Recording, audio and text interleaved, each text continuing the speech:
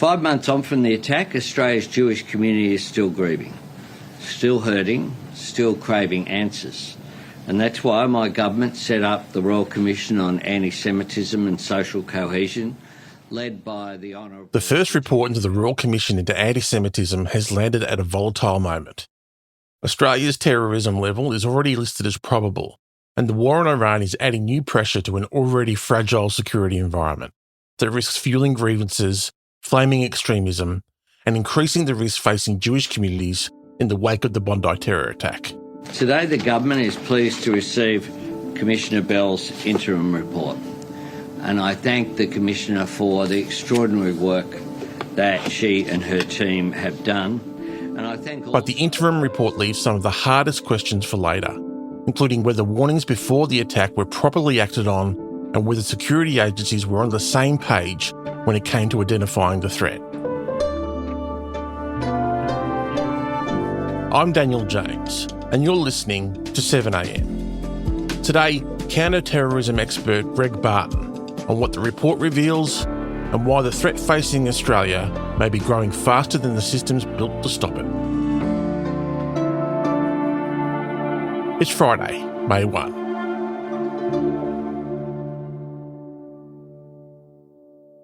Greg, thanks for joining us again. The interim report recognises that our counter-terrorism capability needs bolstering, making 14 recommendations about how that should be done. I can confirm that the National Security Committee has met this morning and we have adopted and will implement all the recommendations of the interim report that are relevant to the Commonwealth. Not all the recommendations in the report have been made public at this stage. Out of the ones that we do know about, which ones resonate with you the most at this point? I think making the counter-terrorism coordinator full-time and sort of linking that back in with crisis management, so sort of upping the priority for counter-terrorism. I think this is a Royal Commission interim findings into a particular incident, but it also sits in the context of the time in which we live in 2026.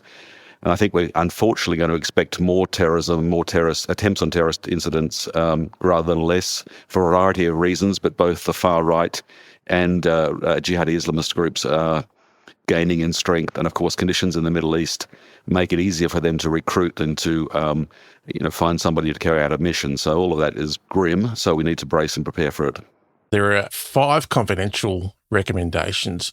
What do you think they're likely to cover off on?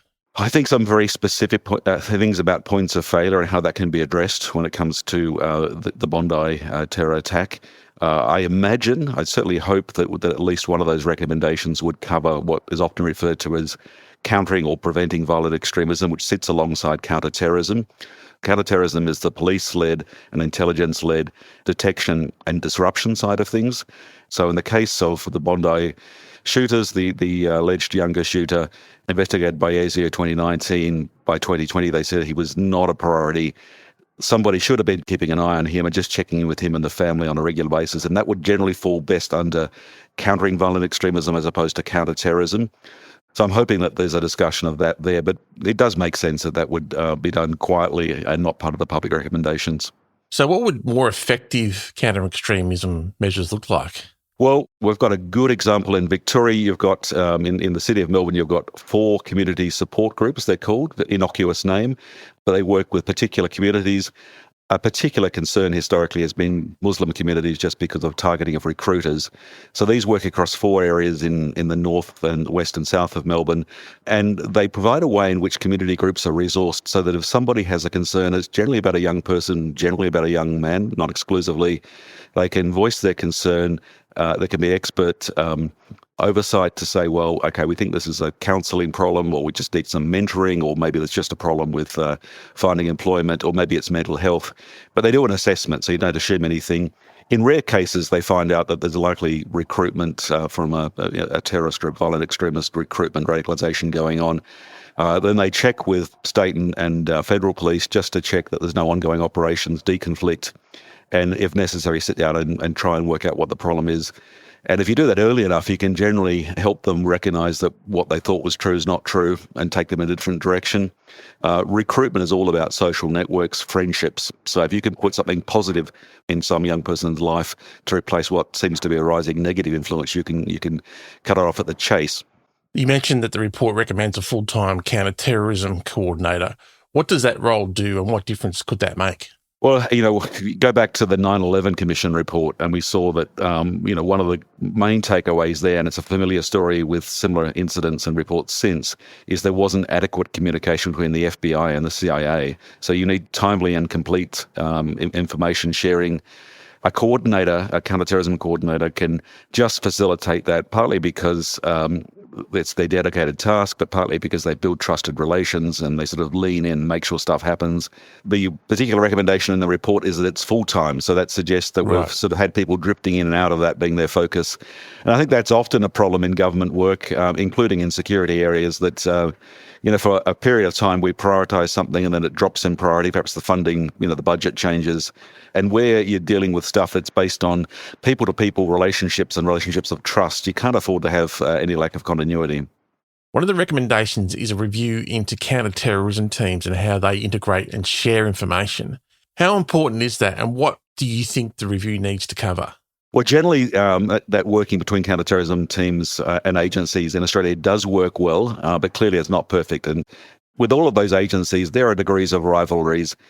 On a good day, you've got trusted individuals who really are comfortable working with each other. On a bad day, you've got people who don't get along and resent somebody taking charge. So the best way to overcome that very human and predictable problem is to have full-time counter-terrorism coordinator and full-time people assigned to support that, so they build trust and they just have continuity, because you don't know when something bad is going to happen. If you don't have that continuity, things might go along well for a few years, and then there's a bit of a changeover. And in that changeover, unbeknownst to you, something's happening, and you're not as sharp as you should be as an organisation or a series of organisations. No one organisation can do this by itself, no one individual. So sharing in a timely and complete fashion is the key. And everything you can do in terms of systems to put that in place and give people a chance to build relationships and keep them is important. Coming up, is the Royal Commission moving too slowly in a time of war?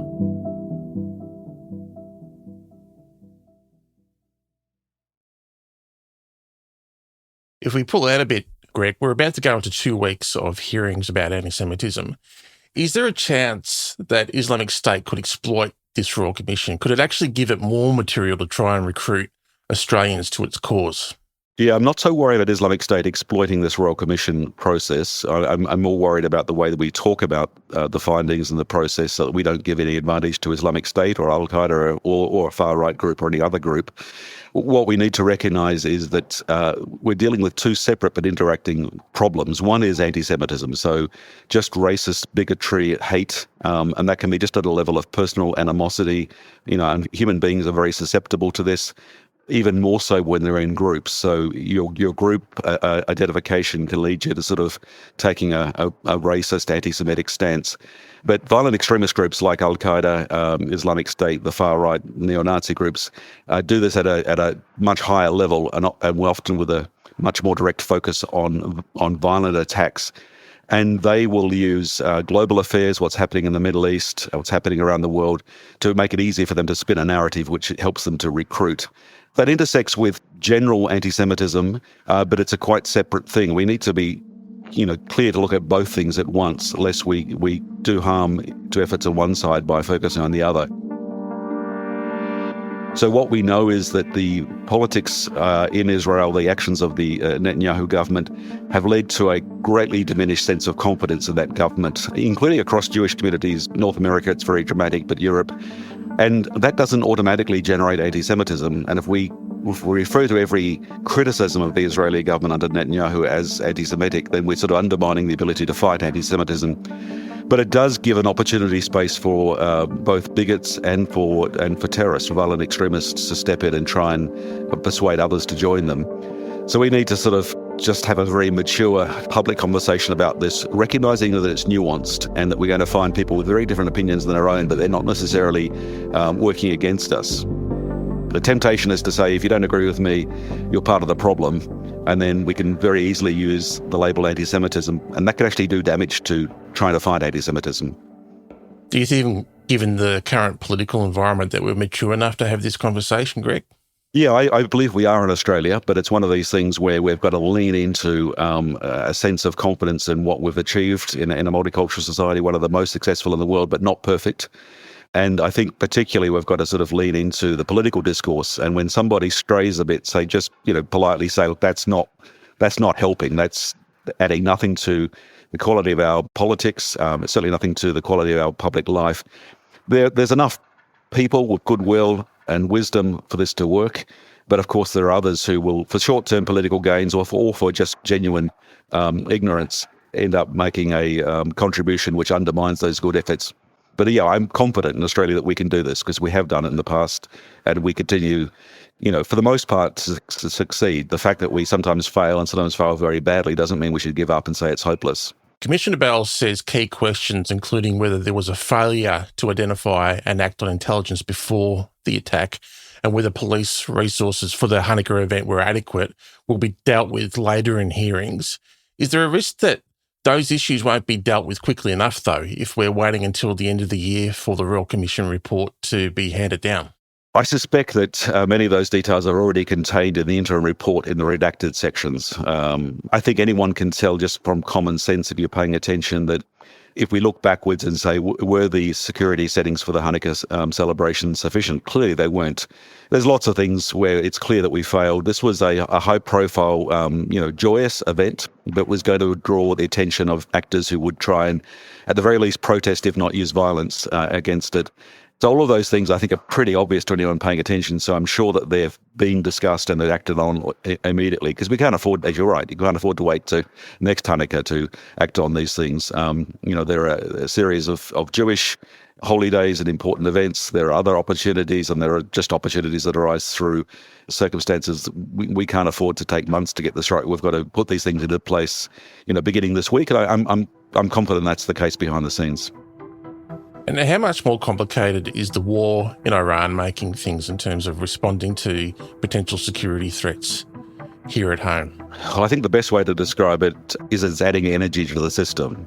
One thing we do know is that the Islamic Revolutionary Guards Corps in Tehran has a history of state-sponsored terrorism. In the case of the IRGC, they use elements linked to them to launch attacks, sometimes false flag, but they've got a long history of this.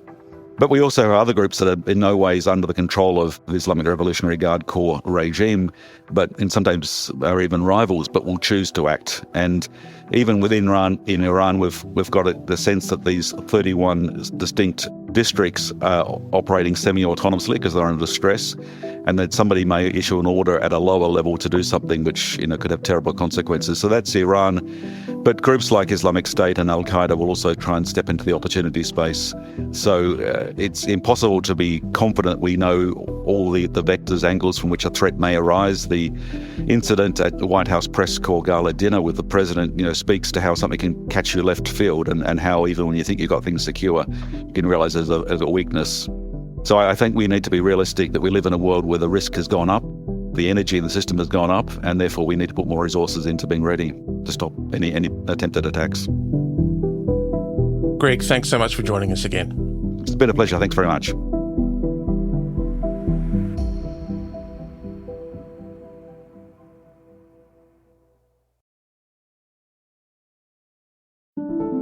Also in the news, Mark Latham has been ordered to pay fellow New South Wales MP Alex Greenwich $100,000 in compensation. The former One Nation MP was found to have vilified and sexually harassed Greenwich based on his sexuality. Latham made a series of tweets in 2023 too offensive to repeat. He's been ordered to delete the social media posts in the next 24 hours. And there's been a tragic end to the search for a 5-year-old Alice Springs girl, who the family have asked to be referred to as Come and Joy Little Baby. Police have found the body believed to be that of the little girl. Officers are still hunting the man they say abducted and killed the 5-year-old. 47-year-old Jefferson Lewis had been out of prison just 6 days on the night the girl disappeared from her home in Alice Springs. I'm Daniel James. You've been listening to 7am. We'll be back tomorrow.